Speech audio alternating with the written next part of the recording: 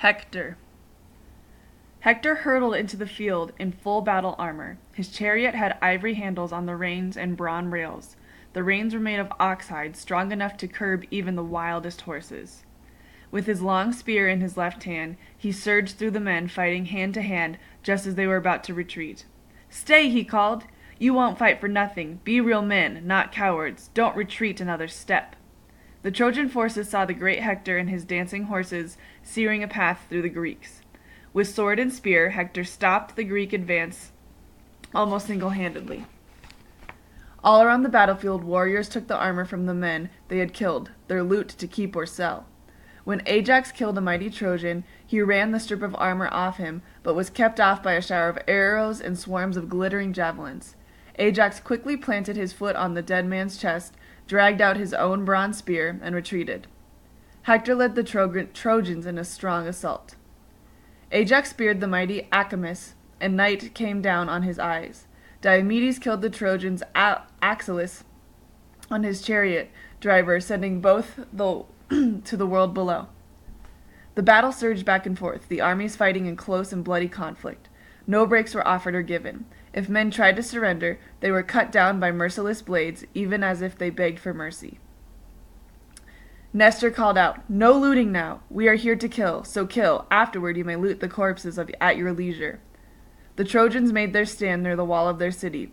Hector was urged to return to the city and ask his mother, Hecuba, and his wife, Andromache, to make a sacrifice to Athena. "I'll ask them to pray that Diomedes is never allowed to run amok in our broad streets, for no woman or child would be safe from his bloody sword," he promised. His men cheered.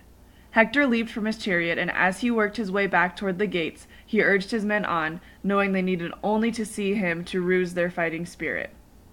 He strode through the ranks of his men, crying out, "My friends, fight with the courage you have always shown. Cover me while I go into the city to make our woman make a proper sacrifice to Athena and the gods of war."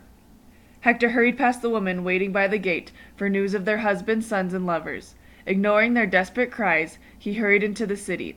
When he reached his mother's house, she offered him wine to pour as an offering to the gods. Hector refused to make a libation bespattered as he was with blood and gore. "I cannot pray to Zeus. I am defiled with blood. You, the woman, must pray, mother. Promise Athena a dozen yearlings, cloth, some lambs. Whatever you value most, offer it."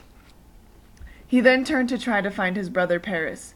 "He shames us, mother, and it is not worthy of the royal blood.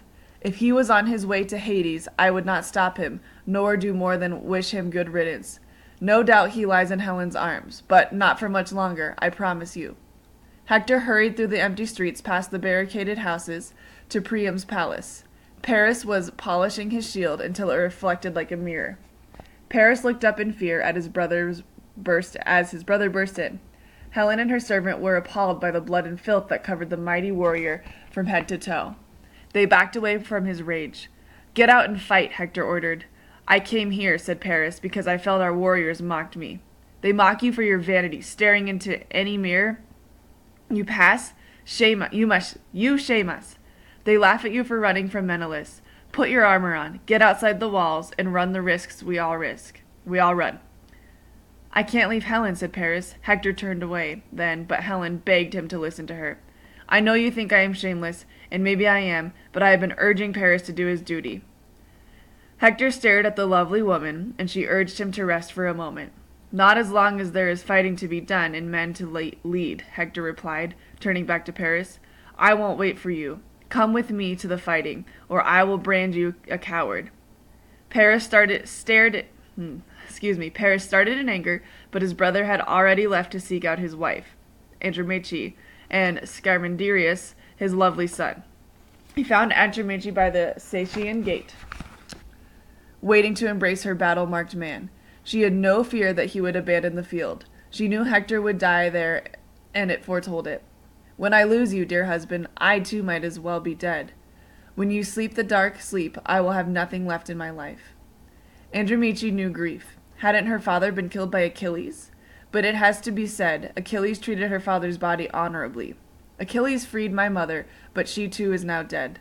The noble Andromache looked into Hector's face and smiled a little. "You are my brother, father, mother, and beloved husband." Hector held her in his arms, and then holding her away from him, said, "I am not afraid of death, but what will come to you if the Greeks take our city. I see you as a slave in their land, and whenever you pass, carrying water, men will say, 'There goes Hector's wife.' I will lie deep below the ground before I hear the screams you make when they carry you away." Hector leaned gently and kissed his son. He and the child's mother saw that the boy was afraid of his bloody, battle-weary father. Holding the child, Hector prayed to Zeus. "May people say, when this child comes back from battle, that he is a better man than his father." Hector hugged his child again and kissed his wife. He begged her not to weep and walked away after saying to her that he knew he would not die until fate said it was time. "Go home now, answered Michi. Pray and attend to the loom, for that is your work. War is men's work, and this war is above all the work of Trojans and of your husband." He replaced his helmet, and then saw Paris hurrying to join him.